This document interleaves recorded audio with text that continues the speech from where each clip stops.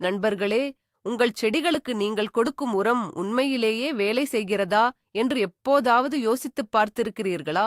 ஒரு சிறிய கேள்வி கேட்கிறேன். எவ்வித ரசாயனமும் இல்லாமல் நீங்கள் தூக்கி எறியும் ஒரு சாதாரண பொருளைக் கொண்டு உங்கள் தோட்டத்தின் விளைச்சலை 10 மடங்கு அதிகரிக்க முடியும் என்றால் நீங்கள் நம்புவீர்களா? ஆம், இன்று நாம் பார்க்கப் போகும் தலைப்பு மிகவும் ஆச்சரியமானது. ஒரு கப் புளிக்க வைத்த சாம்பல் உங்கள் தோட்டத்தில் ஒரு மிகப்பெரிய மாயாஜாலத்தை செய்யப் போகிறது. ஆனால் இவ்வளவு சக்தி வாய்ந்த ஒரு உண்மை ஏன் இத்தனை நாட்களாக நம்மிடமிருந்து மறைக்கப்பட்டது? இது ஒரு மிகப்பெரிய ரகசியம். விலையுயர்ந்த உரங்களை விற்கும் பெரிய நிறுவனங்கள் இந்த எளிய உண்மை உங்களுக்கு தெரிந்துவிடக் கூடாது என்று நினைப்பதில் ஆச்சரியமில்லை. இந்த வீடியோவை முழுமையாக பாருங்கள், ஏனென்றால் இன்று உங்களுக்கு சொல்லப்போகும் இந்த ரகசியம் நீங்கள் செடிகள் வளர்க்கும் முறையையே தலைகீழாக மாற்றப் போகிறது. உங்கள் செடிகளுக்கு இதை எப்படி கொடுப்பது என்று தெரிந்தால் நீங்கள் ஆச்சரியத்தில் உறைந்து போவீர்கள். இதை நீங்கள் ஏற்றுக்கொள்கிறீர்களா அல்லது ரசாயன உரங்கள்தான் சிறந்தது என்று வாதிடுகிறீர்களா என்பதை கமெண்டில் சொல்லுங்கள். வாருங்கள், உண்மையை உடைப்போம். இந்த புளிக்க வைத்த சாம்பல் என்ற விஷயத்திற்குள் போவதற்கு முன்பு நாம் கொஞ்சம் பின்னோக்கி பார்க்க வேண்டும்.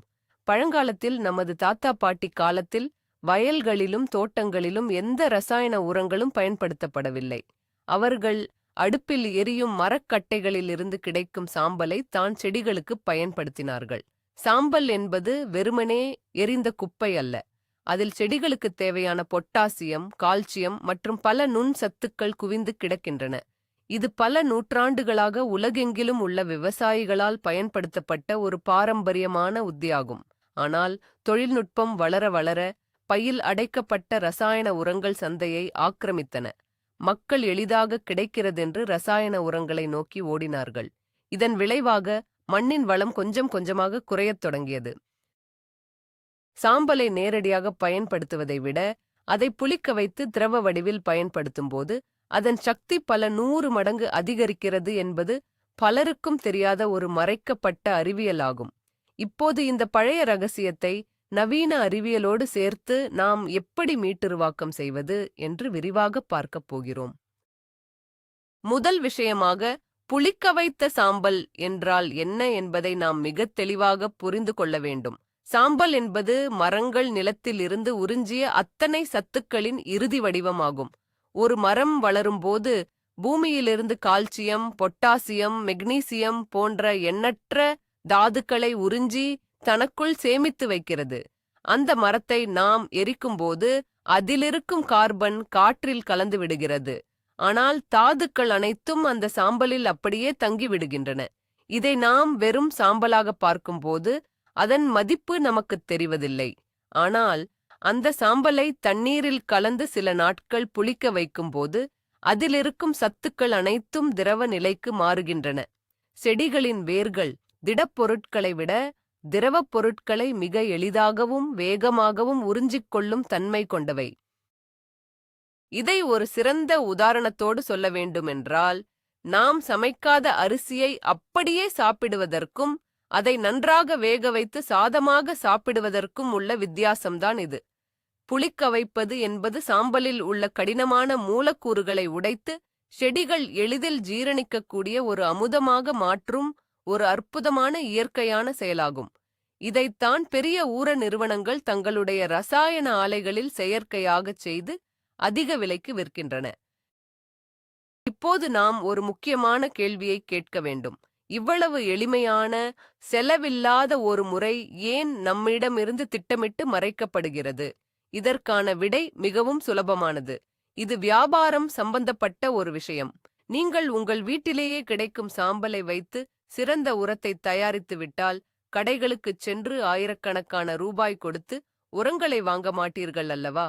பெரிய பெரிய பன்னாட்டு உரத் தயாரிப்பு நிறுவனங்கள் தாங்கள் தயாரிக்கும் ரசாயன உரங்களை விற்பனை செய்வதற்காகவே பல 100 கோடிகளை விளம்பரங்களுக்காக செலவு செய்கின்றன. உங்கள் செடிகளுக்கு இந்த ரசாயனம் தேவை, அந்த ரசாயனம் தேவை என்று உங்களை நம்ப வைக்கிறார்கள்.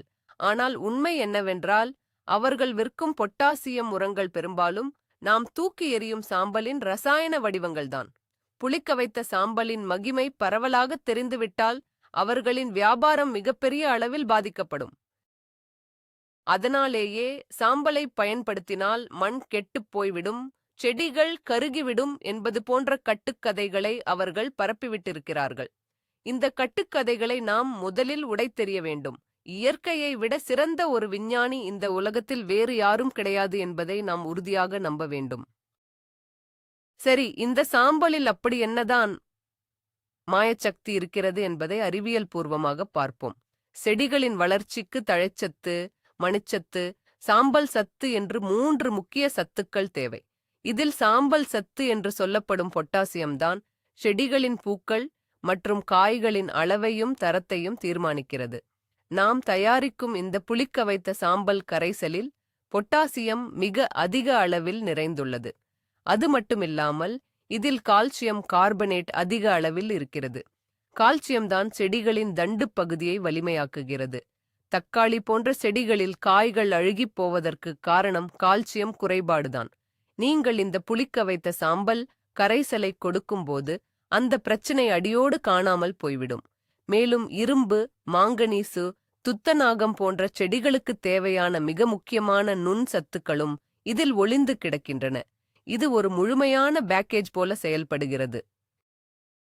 நீங்கள் பல வகையான உரங்களை தனித்தனியாக கடைகளில் வாங்கத் தேவையில்லை. இந்த ஒரு கரைசல் உங்கள் செடிகளுக்கு தேவையான அனைத்து அத்தியாவசிய ஊட்டச்சத்துக்களையும் ஒரே முறையில் வழங்கி செடியின் நோய் எதிர்ப்பு மண்டலத்தை ஒரு இரும்புக் கோட்டை போல பலப்படுத்துகிறது. புளிக்க வைக்கும் செயல்முறை எவ்வாறு நடக்கிறது என்பதை நாம் ஆழமாக புரிந்து கொள்ள வேண்டும். இது ஏதோ தண்ணீரில் சாம்பலை கலப்பது மட்டுமல்ல. சாம்பலில் உள்ள சத்துக்கள் பொதுவாக சிக்கலான வேதியியல் அமைப்பைக் கொண்டிருக்கும். அவற்றை நேரடியாக செடிகளால் முழுமையாக எடுத்துக்கொள்ள முடியாது. ஆனால் நாம் சாம்பலை தண்ணீரில் கலந்து அதோடு சிறிதளவு வெல்லம் அல்லது நாட்டுச் சர்க்கரையை சேர்க்கும்போது காற்றில் உள்ள நல்ல நுண்ணுயிரிகள் அந்த கரைசலுக்குள் ஈர்க்கப்படுகின்றன. இந்த நுண்ணுயிரிகள் சாம்பலில் உள்ள கடினமான மூலக்கூறுகளை கடித்து குதறி செடிகள் எளிதாக உறிஞ்சக்கூடிய எளிய அயனிகளாக மாற்றுகின்றன. இந்த புளிக்க வைக்கும் முறையானது மண்ணில் உள்ள நன்மை செய்யும் பாக்டீரியாக்களின் எண்ணிக்கையையும் அபரிமிதமாக அதிகரிக்கிறது. ஒரு உதாரணத்திற்கு, தயிர் எப்படி பாலில் இருந்து உருவாகிறதோ அதே போலத்தான் இதுவும். பாலில் உள்ள சத்துக்களை விட தயிரில் உள்ள சத்துக்கள் நமது உடலுக்கு எவ்வளவு எளிதாக செரிமானமாகிறதோ அதே போலத்தான் காய்ந்த சாம்பலை விட புளிக்க வைத்த சாம்பல் செடிகளுக்கு மிக எளிதில் செரிமானமாகிறது. இந்த நுண்ணுயிரிகள் உருவாக்கும் நொதிகள்தான் செடிகளின் வேர்களில் ஒரு அபாரமான வளர்ச்சியை தூண்டுகின்றன. இங்கே நாம் ஒரு மிகப்பெரிய கட்டுக்கதையை உடைக்க வேண்டும். பலர் நினைப்பது போல சாம்பலை நேரடியாக செடிகளின் வேர்களில் கொட்டுவது ஆபத்தானது. ஆம், நீங்கள் கேட்டது சரிதான். காய்ந்த சாம்பலை நேரடியாக அதிக அளவில் செடிகளுக்கு போடும்போது அது செடியின் வேர்களை எரித்துவிடும் வாய்ப்பு உள்ளது.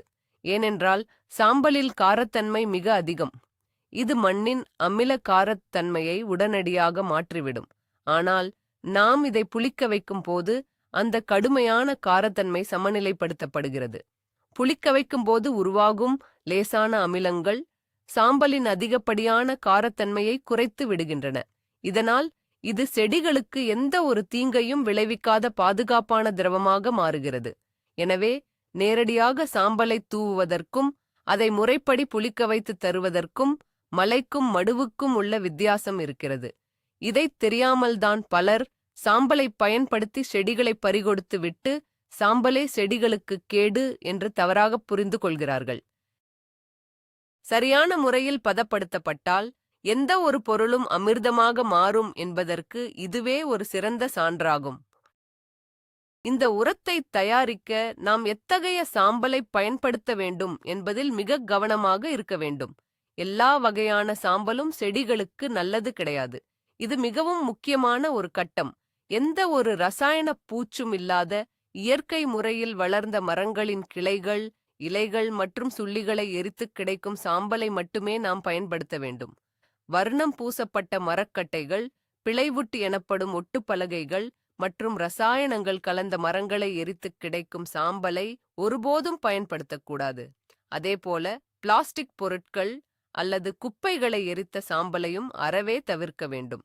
ஏனென்றால் இந்த ரசாயனங்கள் அனைத்தும் சாம்பலில் தங்கி செடிகளை விஷமாக்கிவிடும். சுத்தமான விறகு அடுப்பிலிருந்து கிடைக்கும் சாம்பல் அல்லது தென்னை மட்டைகள், காய்ந்த இலைகளை எரித்து நாமே தயாரித்துக் கொள்ளும் சாம்பல்தான் இதற்கு மிகவும் உகந்தது. தூய்மையான உள்ளீடுதான் தூய்மையான வெளியீட்டை கொடுக்கும். உங்கள் செடிகளுக்கு நீங்கள் கொடுக்கும் உணவு எவ்வளவு சுத்தமாக இருக்கிறதோ அந்த அளவுக்குத்தான் அது உங்களுக்கு தரமான ஆரோக்கியமான காய்கறிகளை திருப்பிக் கொடுக்கும் என்பதை எப்போதும் நினைவில் கொள்ளுங்கள். இப்போது இந்த புளிக்க வைத்த சாம்பல் கரைசலை எப்படி தயாரிப்பது என்ற செயல்முறைக்கு வருவோம். இது மிகவும் எளிமையான, குழந்தைகள் கூட செய்யக்கூடிய ஒரு முறைதான். முதலில் ஒரு பெரிய பிளாஸ்டிக் வாளியை எடுத்துக் கொள்ளுங்கள். இரும்பு அல்லது அலுமினிய பாத்திரங்களை பயன்படுத்துவதைத் தவிர்க்கவும், ஏனெனில் சாம்பல் அதனுடன் வேதிவினை புரிய வாய்ப்புள்ளது. அந்த வாளியில் 10 லிட்டர் அளவு சுத்தமான தண்ணீரை எடுத்துக் கொள்ளுங்கள். தண்ணீர் குளோரின் கலக்காத தண்ணீராக இருப்பது மிகவும் நல்லது. போர்வெல் தண்ணீர் அல்லது மழைநீர் இதற்கு மிகச் சிறந்த தேர்வாக இருக்கும். இப்போது நீங்கள் சேகரித்து வைத்துள்ள சுத்தமான மரச் சாம்பலில் இருந்து சுமார் 2 கப் அளவு சாம்பலை அந்த தண்ணீரில் சேர்க்க வேண்டும். சாம்பலை சேர்க்கும்போது கட்டிகள் இல்லாமல் பார்த்துக் கொள்ளுங்கள். ஒரு நீளமான மரக்குச்சியை பயன்படுத்தி தண்ணீரும் சாம்பலும் நன்றாக கலக்கும்படி வட்ட வடிவில் கலக்கிவிடுங்கள். இந்த முதல் கட்டக் கலவையே பார்ப்பதற்கு ஒரு சாம்பல் நிறப்பால் போல மாறும். இந்த அடிப்படையான கலவைதான் நமது அற்புத உரத்தின் தொடக்கப் புள்ளியாகும். இதை தயாரிக்கும் போது உங்களுக்கே ஒரு புதிய ரசவாதம் செய்வது போன்ற உணர்வு ஏற்படும். வெறுமனே சாம்பலும் தண்ணீரும் கலந்தால் அது புளிக்காது. அந்த புளிப்புத் தன்மையை தூண்டுவதற்கு நாம் ஒரு ஊக்கியை சேர்க்க வேண்டும். அதுதான் நாம் வீட்டில் பயன்படுத்தும் நாட்டுச் சர்க்கரை அல்லது வெல்லம். இந்த 10 லிட்டர் தண்ணீருக்கு சுமார் 50 கிராம் அளவு நாட்டுச் சர்க்கரையை சேர்த்தால் போதுமானது. இந்த சர்க்கரை எதற்காகச் சேர்க்கிறோம் தெரியுமா? நாம் முன்பே சொன்னது போல காற்றில் உள்ள நன்மை செய்யும் நுண்ணுயிரிகளுக்கு இது ஒரு அபரிமிதமான உணவாகப் பயன்படும். இனிப்பைக் கண்டவுடன் அந்த நுண்ணுயிரிகள் வாளிக்குள் வந்து பல்கிப் பெருகத் தொடங்கும். அவை சர்க்கரையைச் சாப்பிட்டுவிட்டு சாம்பலில் உள்ள சத்துக்களை உடைக்கும் வேலையை மிகத் தீவிரமாகச் செய்யும். உங்களிடம் புளித்த மோர் இருந்தால் அதில் ஒரு தேக்கரண்டி அளவு கூட இதில் சேர்த்துக் கொள்ளலாம். அது இன்னும் அதிகமான லாக்டிக் ஆசிட் பாக்டீரியாக்களை இந்த கலவைக்குள் உருவாக்கும். இப்படி நாம் சேர்க்கும் ஒவ்வொரு பொருளும் ஒரு குறிப்பிட்ட அறிவியல் காரணத்திற்காகவே சேர்க்கப்படுகிறது. எல்லாம் சேர்த்த பிறகு அந்த கலவையை மீண்டும் ஒரு முறை நன்றாக கலக்கிவிட்டு வாளியின் வாய்ப்பகுதியை ஒரு மெல்லிய பருத்தித் துணியால் மூடி கட்டிவிடுங்கள். காற்றோட்டம் இருக்க வேண்டும், ஆனால் பூச்சிகள் உள்ளே செல்லக்கூடாது என்பதுதான் இதன் முக்கிய நோக்கம். இந்த கலவையை தயார் செய்த பிறகு நாம் பொறுமையாக காத்திருக்க வேண்டிய நேரம் இது. இதை நேரடியாக சூரிய ஒளிப்படும் இடத்தில் வைக்கக்கூடாது. உங்கள் தோட்டத்தில் உள்ள மர நிழலிலோ அல்லது வீட்டின் மூலைப் பகுதியிலோ குளிர்ச்சியான இடத்தில் இதை வைத்துவிட வேண்டும். இந்த கலவை முழுமையாக புளிப்பதற்கு குறைந்தது 3 முதல் 5 நாட்கள் வரை ஆகும். ஒவ்வொரு நாளும் காலையிலும் மாலையிலும் அந்த துணியை விலக்கிவிட்டு மரக்குச்சியால் நன்றாக கலக்கிவிட வேண்டும். 2 நாட்கள் கழித்து பார்க்கும்போது அந்த தண்ணீரின் மேற்பரப்பில் சிறிய சிறிய குமிழிகள் வருவதை நீங்கள் பார்க்கலாம். இதுதான் நுண்ணுயிரிகள் மிகச் சுறுசுறுப்பாக வேலை செய்கின்றன என்பதற்கான முதல் அறிகுறியாகும். மேலும் ஒரு லேசான புளித்த வாசனையும் அதிலிருந்து வரத் தொடங்கும். அந்த வாசனை வந்தால் உங்கள் உரம் மிகச் சரியாக தயாராகிக் கொண்டிருக்கிறது என்று அர்த்தம். 5வது நாளில் சாம்பலின் கடினமான துகள்கள் அனைத்தும் வாளியின் அடியில் சென்று தங்கிவிடும். மேலே உள்ள தண்ணீர் ஒரு தெளிவான, லேசான மஞ்சள் அல்லது பழுப்பு நிற திரவமாக மாறியிருக்கும். அந்த தெளிவான திரவம்தான் நமது செடிகளுக்கான சக்தி வாய்ந்த திரவத் தங்கம். 5 நாட்கள் கழித்து தயாரான இந்த அபாரமான திரவத்தை நாம் அப்படியே நேரடியாக செடிகளுக்கு பயன்படுத்திவிடக்கூடாது. அது மிகவும் வீரியம் மிக்கதாக இருக்கும். எனவே இதை நாம் சரியான விகிதத்தில் நீர்த்துப் போகச் செய்ய வேண்டும். வாளியின் மேலே உள்ள தெளிவான திரவத்தை மட்டும் அடியில் உள்ள வண்டல் கலங்காமல் மெதுவாக ஒரு பாத்திரத்தில் வடிகட்டி எடுத்துக் கொள்ளுங்கள். நீங்கள் எடுத்த 1 லிட்டர் புளிக்க வைத்த சாம்பல் திரவத்துடன் மீண்டும் 10 லிட்டர் சாதாரண தண்ணீரைச் சேர்க்க வேண்டும். இதுதான் மிகவும் பாதுகாப்பான மற்றும் சரியான அளவீடு ஆகும். அளவுக்கு மீறினால் அமிர்தமும் நஞ்சு என்பது செடிகளுக்கும் பொருந்தும். சரியாக நீர்த்துப் போகச் செய்யாத திரவம் மென்மையான செடிகளின் இலைகளை கருகச் செய்துவிடும் அபாயம் உள்ளது. இப்படி பன்மடங்கு நீர்த்துப் போகச் செய்வதால்தான் வெறும் 2 கப் சாம்பலிலிருந்து நமக்கு நூற்றுக்கணக்கான லிட்டர் இயற்கை உரம் கிடைக்கிறது. இது எவ்வளவு பெரிய லாபம் என்பதை இப்போது நீங்கள் உணர்ந்திருப்பீர்கள். எந்த ஒரு செலவும் இல்லாமல் கடைகளில் வாங்கும் விலையுயர்ந்த உரங்களுக்கு இணையாக 100 லிட்டர் சிறந்த இயற்கை உரத்தை நாம் தயார் செய்துவிட்டோம். இந்த நீர்த்துப் போகச் செய்த திரவத்தை நாம் 2 வழிகளில் செடிகளுக்கு பயன்படுத்தலாம். முதல் வழி, இதை நேரடியாக செடிகளின் வேர்ப்பகுதியில் ஊற்றுவது. இதை நாம் மண் நனைத்தல் என்று சொல்வோம். நீங்கள் செடிகளுக்கு தண்ணீர் ஊற்றுவது போலவே ஒவ்வொரு செடியின் வேர்ப்பகுதியைச் சுற்றியும் இந்த திரவத்தை ஊற்ற வேண்டும். இப்படிச் செய்யும்போது இந்த திரவத்தில் உள்ள பொட்டாசியம் மற்றும் கால்சியம் போன்ற சத்துக்கள் நேரடியாக வேர்கள் மூலமாக உறிஞ்சப்பட்டு செடியின் ஒவ்வொரு பாகத்திற்கும் மின்னல் வேகத்தில் சென்றடையும். மண்ணில் உள்ள மண்புழுக்கள் இந்த இனிப்பான திரவத்தை மிகவும் விரும்பி உண்ணும். இதன் மூலம் உங்கள் தொட்டியில் அல்லது நிலத்தில் மண்புழுக்களின் எண்ணிக்கை பல மடங்கு பெருகும். மண் மிகவும் பொலப்பொலப்பாகவும் காற்றோட்டமாகவும் மாறும். வேர்கள் மிக ஆழமாக ஊடுருவிச் செல்ல இது ஒரு சிறந்த ஊக்கியாகச் செயல்படும். ஒரு செடியின் வேர் எந்த அளவுக்கு வலிமையாக இருக்கிறதோ அந்த அளவுக்குத்தான் அந்த செடியின் மேல் பகுதியும் ஆரோக்கியமாக இருக்கும் என்பதை நாம் உணர வேண்டும். இந்த வேர் பயன்பாடுதான் செடிகளுக்கு அடிப்படை அடித்தளத்தை அமைத்துக் கொடுக்கிறது. இரண்டாவது பயன்பாட்டு முறை மிகவும் சுவாரஸ்யமானது. இதுதான் இலைவழி தெளிப்பு முறை. நாம் தயார் செய்து வைத்துள்ள நீர்த்துப்போன திரவத்தை ஒரு ஸ்ப்ரேயர் பாட்டிலில் நிரப்பிக்கொண்டு செடிகளின் இலைகள் முழுவதும் படும்படி நன்றாக தெளித்துவிட வேண்டும். இலைகளின் அடிப்பகுதியில்தான் இலைத்துளைகள் அதிக அளவில் இருக்கும். எனவே இலைகளின் அடிப்பகுதியிலும் படும்படி தெளிப்பது மிகவும் முக்கியம். இப்படி தெளிக்கும் போது செடிகள் தங்கள் இலைகள் மூலமாக நேரடியாக சத்துக்களை குடித்துக் கொள்கின்றன. இதன் முடிவுகள் உங்களுக்கு உடனுக்குடன் தெரியத் தொடங்கும்.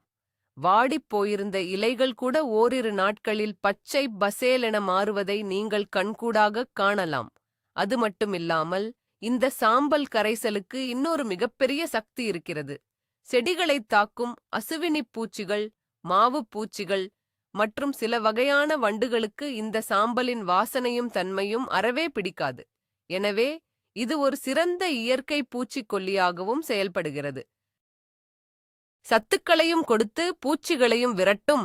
இப்படி ஒரு இருமுனைத் தாக்குதலை வேறு எந்த ரசாயன உரம் செய்யும் என்று நீங்களே சொல்லுங்கள். இந்த புளிக்க வைத்த சாம்பல் கரைசல் எல்லா செடிகளுக்கும் பொருந்துமா என்ற கேள்வி உங்களுக்கு எழலாம். நிச்சயமாக இல்லை. எந்தெந்த செடிகளுக்கு இது அமிர்தமாக வேலை செய்யும் என்பதை நாம் தெரிந்து கொள்ள வேண்டும். தக்காளி, கத்தரிக்காய், மிளகாய், வெண்டைக்காய் போன்ற அனைத்து வகையான காய்கறிச் செடிகளுக்கும் இது ஒரு வரப்பிரசாதம்.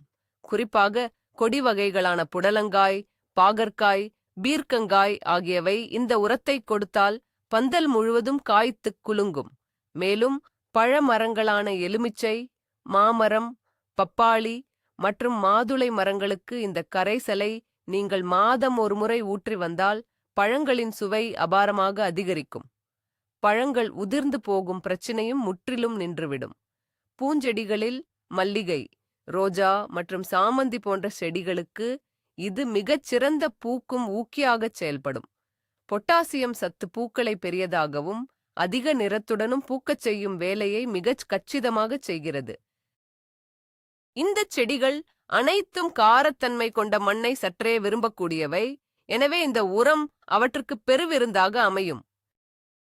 அதே நேரத்தில் எந்த செடிகளுக்கு இதை பயன்படுத்தக் கூடாது என்பதிலும் நாம் மிக கவனமாக இருக்க வேண்டும். இது மிகவும் முக்கியமான ஒரு எச்சரிக்கையாகும்.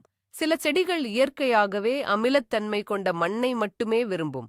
உதாரணமாக ப்ளூபெர்ரி, ஸ்ட்ராபெர்ரி மற்றும் சில வகையான மல்லிகை செடிகள், செம்பருத்தி போன்றவற்றுக்கு இந்த சாம்பல் கரைசலை அதிக அளவில் பயன்படுத்தக் கூடாது. ஏனென்றால் சாம்பல் கரைசலானது மண்ணின் காரத்தன்மையை சற்று அதிகரிக்கும் பண்பு கொண்டது. அமிலத்தன்மையை விரும்பும் செடிகளுக்கு நீங்கள் இதை கொடுத்தால் அவற்றின் வளர்ச்சி முற்றிலும் பாதிக்கப்பட்டு இலைகள் மஞ்சளாக மாறி உதிரத் தொடங்கிவிடும். எனவே உங்கள் தோட்டத்தில் எந்தெந்த செடிகள் அமிலத்தன்மையை விரும்புகின்றன என்பதை தெரிந்து கொண்டு அவற்றை தவிர்த்துவிட்டு மற்ற எல்லா செடிகளுக்கும் நீங்கள் தாராளமாக இதை பயன்படுத்தலாம். இயற்கை விவசாயத்தில் எதைக் கொடுக்க வேண்டும் என்பதை விட எதைக் கொடுக்கக் கூடாது என்பதை தெரிந்து வைத்திருப்பதுதான் ஒரு சிறந்த தோட்டக்காரருக்கான அடையாளமாகும். இந்த உரத்தை கொடுப்பதற்கான சரியான நேரம் எது என்பதிலும் ஒரு மிகப்பெரிய அறிவியல் இருக்கிறது. செடிகள் சிறிய கன்றாக இருக்கும்போது இதைத் தொடர்ந்து கொடுக்கத் தேவையில்லை. செடிகள் வளர்ந்து பூக்கும் தருவாயில் இருக்கும்போதுதான் அவற்றுக்கு அதிகப்படியான பொட்டாசியம் மற்றும் கால்சியம் தேவைப்படும். மொட்டுகள் வைக்கத் தொடங்கும் காலத்தில் இந்த புளிக்க வைத்த சாம்பல் கரைசலை நீங்கள் வேர்களுக்கும் கொடுத்து இலைகளிலும் தெளித்து விட வேண்டும். இப்படிச் செய்வதால் பூக்கள் உதிர்வது முற்றிலும் தடுக்கப்படும். ஒவ்வொரு பூவும் காயாக மாறும் சதவீதம் பல மடங்கு அதிகரிக்கும். அதேபோல காய்கள் சிறியதாக உருவாகும் நேரத்திலும் இதை ஒரு முறை கொடுக்க வேண்டும். இது காய்களின் திரட்சியை அதிகரித்து நல்ல தரமான பளபளப்பான காய்கறிகளை உங்களுக்கு கொடுக்கும். பொதுவாக மாதம் 2 முறை அல்லது 15 நாட்களுக்கு ஒரு முறை இந்த கரைசலை செடிகளுக்கு கொடுப்பதே போதுமானது. அதிக ஆசைப்பட்டு தினமும் இதை கொடுக்கக்கூடாது. சரியான நேரத்தில் சரியான அளவை கொடுப்பதுதான் எந்த ஒரு உரத்திற்கும் வெற்றியைத் தரும். உங்களுக்கு ஒரு உண்மையான உதாரணத்தை சொல்கிறேன். எனது தோட்டத்தில் ஒரு தக்காளி செடி இருந்தது. அது நன்றாக வளர்ந்து பூக்கள் பூத்தது. ஆனால் ஒரு பூ கூட காயாக மாறாமல் எல்லாம் உதிர்ந்து கொண்டே இருந்தன. மேலும் செடியின் இலைகள் ஓரங்களில் சுருண்டு காணப்பட்டன. எத்தனையோ உரங்கள் போட்டு பார்த்தும் எந்த பலனும் இல்லை. ஒரு கட்டத்தில் அந்த செடியை பிடுங்கி எரிந்து விடலாம் என்றுதான் நினைத்தேன். அப்போதுதான் இந்த புளிக்க வைத்த சாம்பல் கரைசலின் ரகசியம் எனக்குத் தெரிய வந்தது. நான் அதை தயார் செய்து அந்த தக்காளி செடியின் வேரில் ஊற்றியதோடு இலைகளிலும் 2 முறை தெளித்தேன்.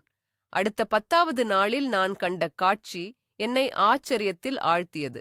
உதிர்ந்து கொண்டிருந்த பூக்கள் அனைத்தும் நின்று ஒவ்வொரு கிளையிலும் கொத்து கொத்தாக பிஞ்சுகள் இறங்கியிருந்தன. அந்த செடியின் இலைகள் மீண்டும் பழையபடி விரிந்து செடியே ஒரு புத்துணர்ச்சியோடு காணப்பட்டது. கால்சியம் குறைபாட்டினால்தான் அந்த செடி அப்படி தவித்திருக்கிறது என்பதை நான் அப்போதுதான் உணர்ந்தேன். இந்த ஒரு சின்ன சாம்பல் திரவம் ஒரு இறந்து கொண்டிருந்த செடிக்கு எப்படி உயிர் கொடுத்தது என்பதை என் கண்ணாலேயே பார்த்தேன். இதன் பொருளாதார பலன்களைப் பற்றி நாம் சற்று சிந்திக்க வேண்டும். நீங்கள் ஒரு நடுத்தர அளவிலான வீட்டுத் தோட்டம் வைத்திருக்கிறீர்கள் என்று வைத்துக்கொள்வோம். இதற்காக ஒவ்வொரு மாதமும் செடிகளுக்கான நுண்ணூட்டச் சத்துக் கலவை, பொட்டாசியம் உரம் மற்றும் பூச்சிக்கொல்லி மருந்துகள் என்று கடைகளில் குறைந்தபட்சம் 500 முதல் 1000 ரூபாய் வரை செலவு செய்கிறீர்கள். ஒரு வருடத்திற்கு இது பல ஆயிரங்களைத் தொடும். ஆனால் எந்த ஒரு செலவும் இல்லாமல் வீட்டில் எரிக்கும் விறகில் இருந்து கிடைக்கும் இலவசமான சாம்பலை வைத்து அதே அளவு அல்லது அதைவிட சிறந்த பலனைத் தரும் ஒரு உரத்தை உங்களால் தயாரிக்க முடிகிறதென்றால் அது எவ்வளவு பெரிய சேமிப்பு!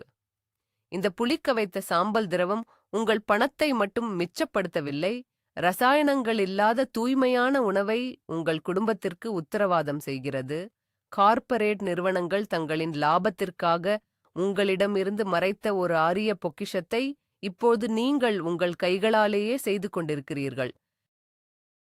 இது வெறும் விவசாயம் மட்டுமல்ல, தற்சார்பு பொருளாதாரத்தை நோக்கிய ஒரு மிக முக்கியமான அடியாகும். நீண்ட கால அடிப்படையில் உங்கள் மண்ணின் ஆரோக்கியத்திற்கு இது என்ன செய்கிறது என்பது இன்னும் ஆச்சரியமானது.